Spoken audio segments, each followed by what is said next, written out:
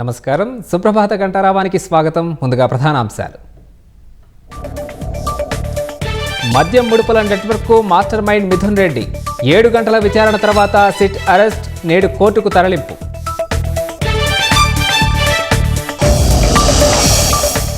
మద్యం కుంభకోణం ఛార్జ్షీట్లో పలు చోట్ల జగన్ పేరు ప్రస్తావన.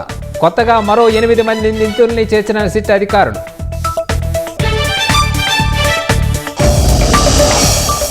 విజయవంతంగా సుపరిపాలనలో తొలి అడుగు కార్యక్రమం. 18 రోజుల్లో 50 లక్షల కుటుంబాలను కలిసిన తెలుగుదేశం నేతలు.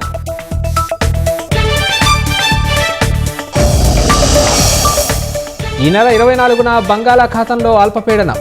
రాష్ట్రంలో విస్తారంగా వర్షాలకు అవకాశం.